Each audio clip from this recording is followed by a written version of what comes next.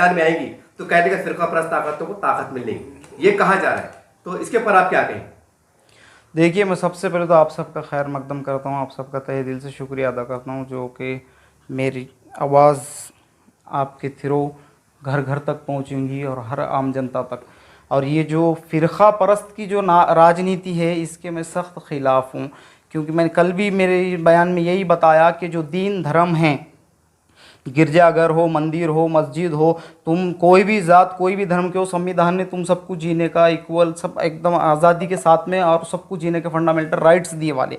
तुम्हारा दीन धर्म तुम्हारा सब, तुम्हारे मस्जिद मंदिर घर जो भी है, हमारा दीन तुम्हारा दीन जिसका भी है, वो मंदिर मस्जिद गिरजाघर गुरुद्वारा उसके अंदर तक सीमित रहेगा तो बेहतर है। राजनीति के अंदर अगर तुम दीन धर्म को लेंगे तो वो बहुत गंदी और बहुत ही गंदी राजनीति हो रही, इसलिए मैं फ़िरक़ा परस्तों के तो सख्त ख़िलाफ़ हूँ।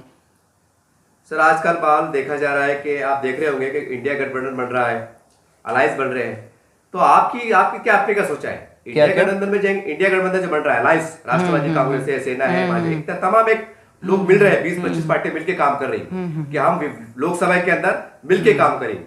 तो आप अकेले चुनाव लड़ना चाहते हैं कि मिलकर कोई पार्टी के साथ जाना पसंद करेंगे आप?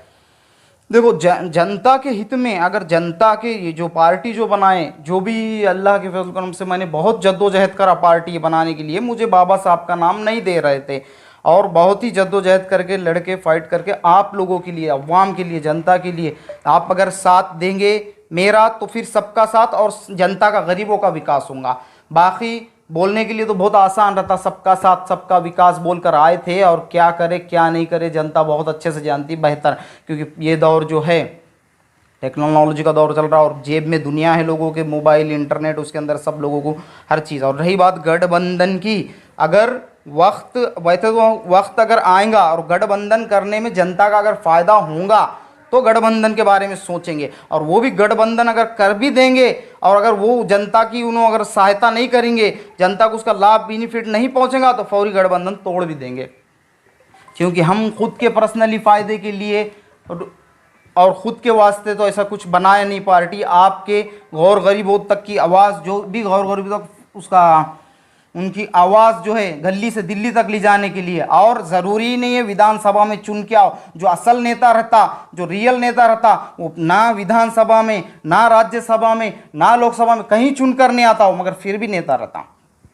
सवाल ये है कि लोकसभा चुनाव के अंदर आपकी पार्टी महाराष्ट्र में कितने सीट लड़ाने का इरादा रखती है? ऐसा कोई ख्याल होगा आपका? कुछ बताइए जानकारी। नहीं, अभी तो जैसा अभी स्टेब्लिश हुआ, अभी कोशिश जितनी भी हो सकी उतनी करेंगे इंशाल्लाह, क्योंकि अभी यहाँ से आगाज़ हुआ और हमको ज़्यादा टाइम नहीं मिला, फिर भी हम थोड़े से टाइम में बहुत ज़्यादा कवर करने की कोशिश करेंगे इंशाल्लाह। सर जब ये इंटरव्यू वायरल हो रहा होगा तो अक्सर कमेंट आते हैं, अब लोग कहेंगे कि ऐन वक्त चुनाव के ऊपर आप तशरीफ ला लिए हैं, इससे पहले कहा थे बहुत से मसले थे, वक्फ बोर्ड के मसले हैं, बहुत से मसले थे, वो मसले पे आप क्यों नहीं आए? आज के हालात पे क्यों नहीं आए? आज इलेक्शन के ऊपर क्यों नहीं आए? कहीं ना कहीं फिर एक रिमार्क ये भी आएगा कि कहीं ना कहीं ये बीजेपी की बी टीम है, ये ऐसा हमको देखने में आता है।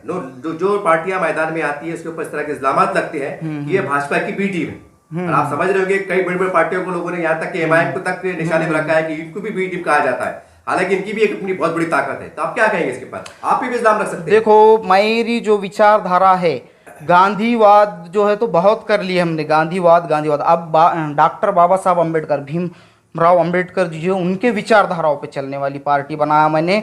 और सारे पार्टियां तो बहुत है, 1947 से देश आज़ाद हुए जब से बहुत सारे पार्टियां बने, उन्होंने रूल्स करे, उन्होंने कैसा करे क्या करे कैसे राजनीतियाँ, वो सब जनता को पता है। रही बात कि आज जो है, आज जो संविधान के बारे में जो बोला जा रहा, जो हिंदू राष्ट्र के बारे में बोला जा रहा, कैसा बोला जाता कि हिंदू राष्ट्र है। अभी कौन सा राष्ट्र है? तुम कौन से राष्ट्र में जी रहे? अभी ये जो बोलते हिंदू राष्ट्र, किसको बेवकूफ़ बना रहे तुम? चारों वेद पढ़ लो, चारों वेद के अंदर कहीं लिखा हुआ नहीं है तुम हिंदू लोग हो बोल के। चारों वेद में भी लिखा है तुम शाश्वत या सनातन धर्म के लोग हो। फिर तुम कहाँ से बोलते कि हम हिंदू? हिंदू जो वर्ड है, तुमको उर्दू जबान से बहुत नफरत है, जबकि उर्दू जबान हमारे हिंदुस्तान में ही पैदा हुआ है। और उर्दू जबान का वर्ड है हिंदुस्तान। हिंदू यानी कि यहाँ का जो ज्योग्राफिक हिसाब से जो इंसान रहता, मिसाल के तौर पे सम एग्जाम्पल, चीन का रहने वाला चीनी, जापान का रहने वाला जापानी, सऊदी अरब का रहने वाला सऊदी, इंडिया का रहने वाला इंडियन, इंग्लिश में इंडिया का रहने वाला इंडियन, भारत का रहने वाला भारतीय, हिंदुस्तान का रहने वाला हिंदू। ज्योग्राफी के हिसाब से हिंदू बोला जाता। तो फिर बताओ कि तुम इसमें कहां से ला रहे कि हिंदू राष्ट्र, तुम कौन सा हिंदू राष्ट्र बनाना चाह रहे कि तुम असल में हिंदू राष्ट्र में तो ऑलरेडी रह रहे, असल में संविधान हटाना चाह रहे, संविधान के दुश्मन। और एक बात याद रख लेना कि संविधान को चाहने वाली जनता बहुत है, अंग्रेजों को मार के भगाए देश से और संविधान को लागू करे। संविधान तो संविधान अंग्रेजों की नाजायज औलाद अगर बोलेंगी कि हम संविधान हटाएंगे और दूसरा कुछ लगेंगे तो कैसा लगाने देंगे? इतना क्या आसान है, इतना क्या ये है? और आप जो कह रहे हैं कि ये जो बीजी ये कोई भी XYZ मैं नाम तो नहीं लूँगा, आप कह रहे हैं कि उनको बेनिफिट मिलेगा, इससे गलत बात है। क्योंकि मेरी विचारधारा बाबा साहब अम्बेडकर की जो विचारधारा है उनके विचारधारा के हिसाब से मैंने ये सब बनाया। और उनको पढ़ो, बाबा साहब जो नेता है ना, बाबा साहब मुसल जय भीम समाज के नहीं है, सारे देश के लिए और हर समाज के लिए करे अला उन्होंने कार्य। इतनी मेहनत करे, उनकी कैसी मशक्क़त और कैसी मेहनत करके उन्हें आगे बढ़े आले है कि देखेंगे आप, उनको पढ़ेंगे तो आपको फिर पता चलेगा। और ये जो बातें करते ना हरे हरे सबका साथ सबका विकास, ये बिल्कुल गलत बात है। कहाँ करे तुमने सबका साथ और सबका विकास? सबका साथ और सबका विकास अगर तुमको देखना है तो संविधान पढ़ो, तुमको पता चलेगा। संविधान में बाबा साहब ने रियल में सबका साथ और सबका विकास करे। अल्लाह पूछिए, आप क्या पूछ रहे हैं? सवाल ये भी है सर, जैसा आपने कहा कि संविधान, हर पार्टी हो वो संविधान का नाम लेती है, वो कहते हैं बाबा साहब को मानने वाले, चाहे कांग्रेस हो, राष्ट्रवादी हो, एमआईएम हो, बहुत सी पार्टियां।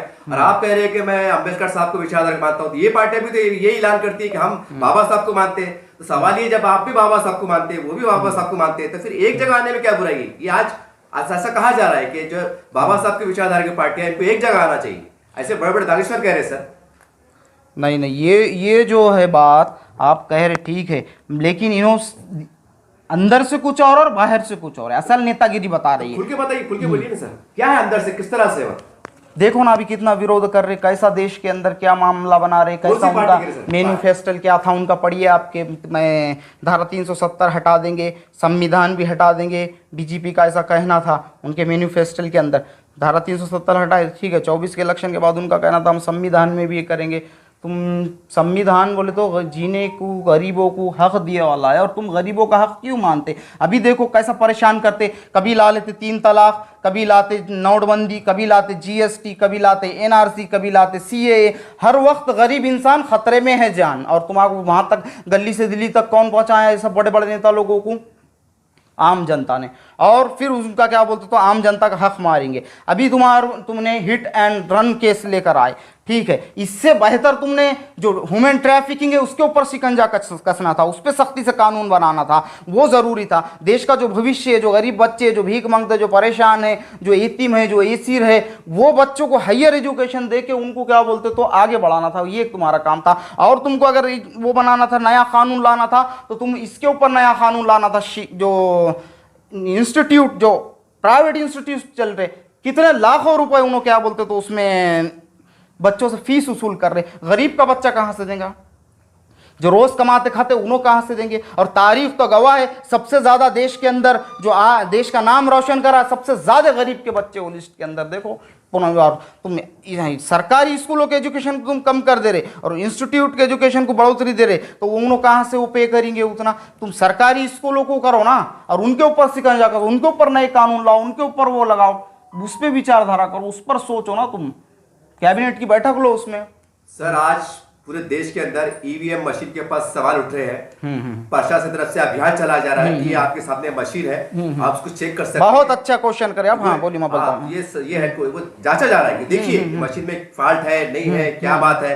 मेरा सवाल ये है कि इस अभियान को एक तरफ जनता की बहुत से लोग कह रहे हैं कि ईवीएम से मशीन से नहीं होना चाहिए और सरकार करेगी, इसके अंदर कोई शंका नहीं है, कोई डाउट नहीं है। इसको आप कैसा देखते हैं? आपका नजरिया क्या है इसके ऊपर? अच्छा, मैं बताता हूं आपको।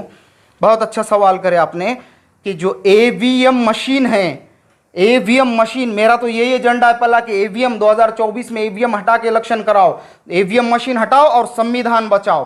क्यों? क्योंकि तुम्हारे सबके जेब में मोबाइल है ना? करेक्ट। वो मोबाइल हैक हो सकता, बट हैक नहीं हुआ। कोई भी तुम्हारे मोबाइल को हैकिंग कर सकता है, मैं करेक्ट? कर सकता। तो वो मशीन है, वो इलेक्ट्रॉनिक चीज है। जो देश ने मशीन को क्रिएट करा, जो देश ने मशीन बनाया, वो देश खुद मशीन पे इलेक्शन नहीं करता, फिर हम क्यों मशीन पे इलेक्शन करेंगे? अगर मशीन है वो देश भी खुद मानता है ये बात को, अमेरिका ने भी माना, सब ने माने कि हाँ ये टेक्नोलॉजी कभी भी, ये इलेक्ट्रॉनिक्स कभी भी हैक कर सकते, हैकिंग हो सकती। फिर तुम जनता के अधिकार का उल्लंघन क्यों कर रहे? जिनको भी वोट देने का अधिकार है उनका तो उल्लंघन हो जा रहा है, फिर उनके हक मार दे रहे तुम। सर आज हम देख रहे हैं कि 22 जनवरी बहुत करीब आ रही है, राम मंदिर का शुभारंभ होने जा रहा है और कुछ अपने मतलब मुसलमानों के दरमियान से कुछ आवाज उठ रही है कि 22 जनवरी को आप घर में रहिएगा, ट्रेन में सफर मत कीजिएगा, कुछ भी हो सकता है, झगड़ा हो सकता है, मुल्क में दंगा भी हो सकता है। तो ऐसे हालात में एक भाईचारे के नजरिए से आपकी तरफ से कोई एकता का संदेश है? देखो मैं तो पहले यही बोलूँगा कि बाबरी मस्जिद जो थी वहाँ पर ऑलरेडी बनी हुई थी, उसको शहीद, उसको तोड़ दिया गया, उनको क्यों नहीं पनिशेबल करे, उनको क्यों नहीं सज़ा मिली? अगर बाबरी मस्जिद नहीं टूटती थी तो सवाल ही नहीं होता था वहाँ पैदा के राम मंदिर बनने का। कैसा फैसला दिया गया? आस्था के बिना पे फैसला चलता क्या? संविधान में है कहीं लिखा हुआ? संविधान में तो ऐसा बोला हुआ है ना कि सबूत देखो और सबूत देखकर फैसला दो। आस्था के बिना पर फैसला दे दिए, ज़बरदस्ती तुमने छीन लिए किसी का धार्मिक स्थल, और उसके बाद तुम क्या बोलते तो और बहुत सारे धार्मिक स्थलों को टारगेट कर रहे। तुम करना क्या चाह रहे? ये गलत है। और ये तुम अपने तारीखी देश की जो भी मस्जिद है, जो भी चीज़ थी, वो तो तारीखी स्थल, तारीखी चीज़ें थे, उसको सबको तोड़कर तुम ऐसे ये हरकतें कर रही है, अच्छी बात नहीं है। अगर तुम बोलते कि राम राज्य, अगर अभी महाराज राम जी मौजूद होते तो क्या उन्होंने स्वीकार करते थे? क्या उन्होंने बोलते थे मस्जिद गिरा और मुझे वहाँ मंदिर बना कर दो? एक बार भी नहीं करते थे। तुम खुद सोचो।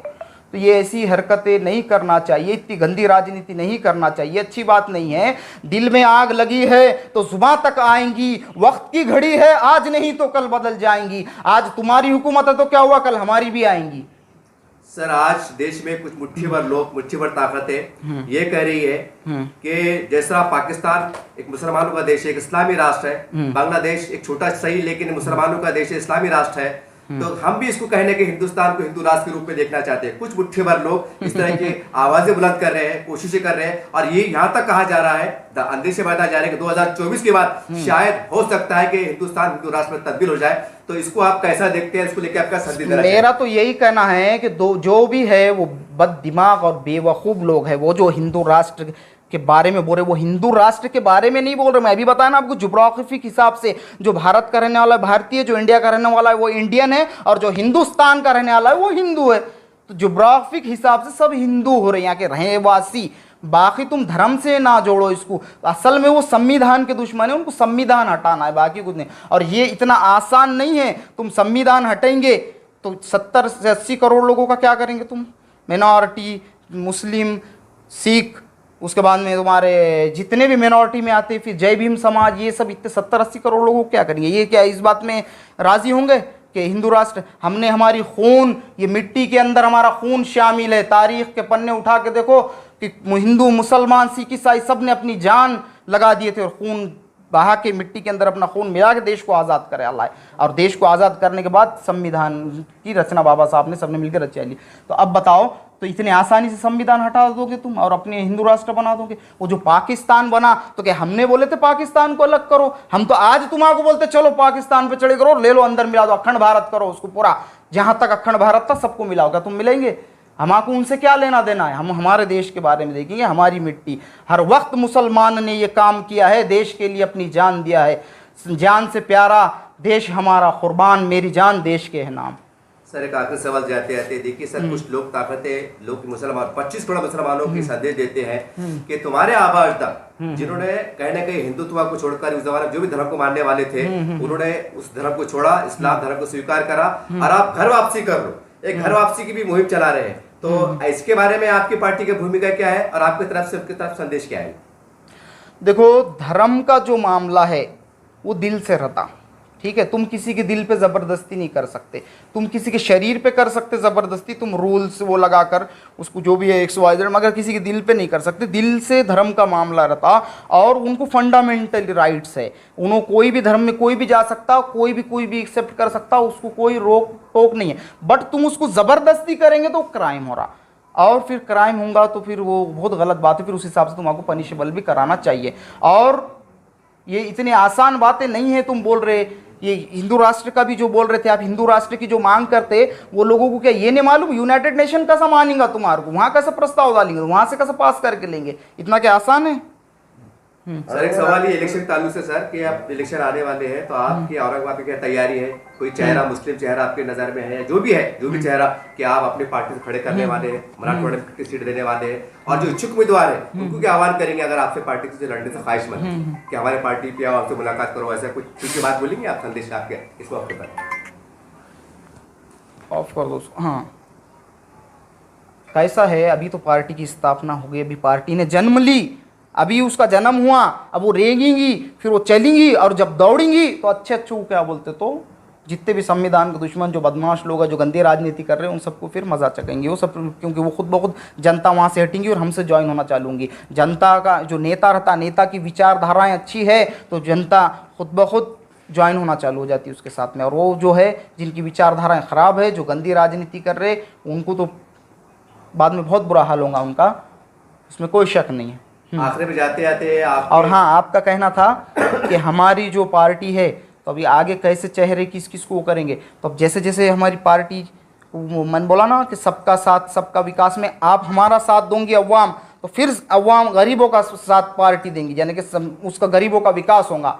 तो जब आप हमसे ज्वाइन होंगे तो ही तो पार्टी खड़े रहेंगी ना सही तरीके से। सवाल ये था सर, जब औरंगाबाद में पत्रकार परिषद दे रहे हैं तो औरंगाबाद एक ऐतिहासिक शहर है, यहाँ से जो भी तहरीक उठती है, इनकलाब लाती है, बर्बाद करती है, बहुत इसके असरात पूरे महाराष्ट्र में फैलते हैं। तो हो सकता है लोग ये जहन में ला रहे होंगे ये इंटरव्यू देखने के बाद चैनल पे जब वायरल होगा कि यकीनी तौर से आपके पार्टी की तरफ से लोकसभा के अंदर, विधानसभा के अंदर कोई बड़ा चेहरा उभर के आएगा, XYZ कोई भी हो सकता है, तो ये सवाल तो जरूर उभरेगा। तो उसके लिए कुछ ठोस संदेश, कोई लड़ना चाहता है हाँ तो जो भी लड़ना चाहते ज्वाइन होना, कैसा नहीं देंगे, सब लड़ाएंगे ना सीटें इंशाल्लाह, जितना हो सका उतना पॉसिबल। मैं बताया ना, गली से दिल्ली तक जाएंगे, यहाँ से तो वहाँ तक फाइट करेंगे, सिर्फ अवाम के लिए। बाकी मुझे कुछ इसमें इंटरेस्ट नहीं है, जैसा कि तुम्हारे क्या बोलेंगे, मुझे ही सीटा होना, मुझे मेरे हाथ में रिमोट कंट्रोल दो, कोई ज़रूरत नहीं है। मैं सिर्फ तुम्हारे लिए, आम जनता के लिए और देश की एकता और अखंडता को बरकरार रखते हुए पार्टी को स्टेब्लिश करा, इसलिए कि तुम्हारी मदद और तुम्हारा साथ हो गरीबों का सही आवाज़ उठाने के लिए। गरीबों सर आज औरंगाबाद के हम देख रहे हैं, आपने देखा होगा मीडिया के माध्यम से कि औरंगाबाद का नाम मिटाने की साजिश की जा रही है, छत्रपति संभाजी नगर अपनी कोशिश की जा रही है, इस पे आपकी भूमिका क्या है? आप क्या देखिए, औरंगाबाद जो है औरंगज़ेब रहमतुल्लाह अलैह के नाम पे है, और औरंगज़ेब जो है तो कोई जालिम और क्रूर बादशाह नहीं था। उनकी हिस्ट्री पढ़ो, तुमको पता चलेगा उनके सिपर सालार कौन थे, उनके वजीरा कौन थे, उन्होंने जंग लड़ने के लिए किसको भेजते थे, ये तारीख गवाह है हिंदुस्तान की। अरे पढ़ के तो आओ, घरों को जाकर स्कूलों में जाओ पढ़ो, स्कूलों में नहीं पढ़ सके तो घर से पढ़ कर आओ, देखो तुमको पता चलेगा कहाँ कहाँ औरंगज़ेब ने इनामात दिया, ले मंदिरें बनाए। वो क्या हुआ था, चीन क्या बोलता यूनाइटेड नेशन के अंदर आज भी, अब तुम बोलते ना औरंगज़ेब को क्रूर तानाशाह बादशाह, और चीन बोलता, चीन यूनाइटेड नेशन के अंदर कि जो हिमालय पर्वत है वो हमारा है। तो यूनाइटेड नेशन ने पूछा कैसा है तुम्हारा, तो चीन का ये कहना था कि जो औरंगज़ेब है उन्होंने हम पे चढ़ाई करे, और चढ़ाई करके वो छीन कर हमसे हिमालय पर्वत का हिस्सा हिंदुओं को दिए थे। ये बोले थे कि हिंदुओं की आस्था है। तो फिर कहाँ गया था क्रूर तानाशाह का क्रूरपना? क्रूर नहीं था औरंगज़ेब, ये तुम गलत बताते, तुम गलत हिस्ट्री पढ़ा रहे। ये पढ़ाओ ना सही तरीके से बच्चों को, फिर पता चलेगा। हिमालय पर्वत चीन आज भी मांगता हमारा है, 8 फिंगर हिल्स पे चीन ने कब्जा कर लिया। क्यों करते चल रहा उन्हें कब्जा, वो हमारा है बोलता। और औरंगज़ेब ने, उन्होंने खुद बयान करा ना कि औरंगज़ेब ने वो हमसे छीन कर लेकर हिंदुओं के हित में दिए थे, कि हिंदुओं ने जाके बोले थे हमारी आस्था है और चीन ने कब्जा करा चीन के हित में, तो उन्होंने लेके तुम्हारे पास दी। फिर तुम उनको क्यों इतना बुरा बोलते हैं? और वो सम्राट है, संभाजी महाराज भी संभाजी महाराज है, लेकिन संभाजी महाराज मैं मेरे तरफ से, मेरी पार्टी जिस दिन भी सत्ता में आएंगी ना, मैं औरंगाबाद का नाम औरंगाबाद रखूंगा, और पुणे का नाम मुझे बेकार दिखता, पुणे का नाम हटा के संभाजी नगर रखूंगा मैं, ठीक है? पुणे का नाम, और मुझे लातूर का भी नाम बेकार दिखता, मैं लातूर का नाम निकाल दूंगा, और लातूर के जगह मैं डॉक्टर बाबा साहब अंबेडकर नगरी रखूंगा। नांदेड़ का नाम हटा दूंगा मैं, और नांदेड़ का नाम मैं रखूंगा कि गौतम बुद्ध नगर, ठीक है? सर जाते थे आखिरी में आपके जबानी, आपकी एक बार आपके जबानी आपके पार्टी का नाम पूरा एड्रेस बोल दीजिए, ताकि जो लोग आपसे संपर्क करना चाहते हैं संपर्क कर सके। आपका मोबाइल नंबर बोल दीजिए, ताकि जो लोग आपसे जुड़ने वाले हैं उनको जुड़ने में आसानी हो सके। देखिए, मैं एडवोकेट सैयद टीपू सुल्तान, डॉक्टर अंबेडकर सेना national party president, founder president, और जिसको भी ज्वाइन होना है, क्योंकि अवाम साथ देंगी तो ही आगे बढ़ेंगे, तुम्हारे लिए लड़ेंगे हित में हर चीज़। और 8007594786 मेरा नंबर है। डायरेक्ट आपको जो भी बोलना है मुझे व्हाट्सएप पे मैसेज कर सकते, जिसको भी ज्वाइन होना है या तुम्हारी जो भी रिक्वेस्ट है, बता सकते हैं मुझे बायोडाटा के साथ में XYZ, फिर इंशाल्लाह आगे उस पर अमल किया जाएगा, ठीक है। और अगर आपको डायरेक्ट मुझसे आके रब्ता कायम करना है तो अभी औरंगाबाद में सब तरफ तो ऑफिस से डिक्लेयर वो सब होंगे, मगर जब तक अगर मिलना है तो मुख्य कार्यालय परभनी महाराष्ट्र, परभनी यूसुफ कॉलोनी नियर यूसुफिया मस्जिद 431401 परभनी का पिन कोड।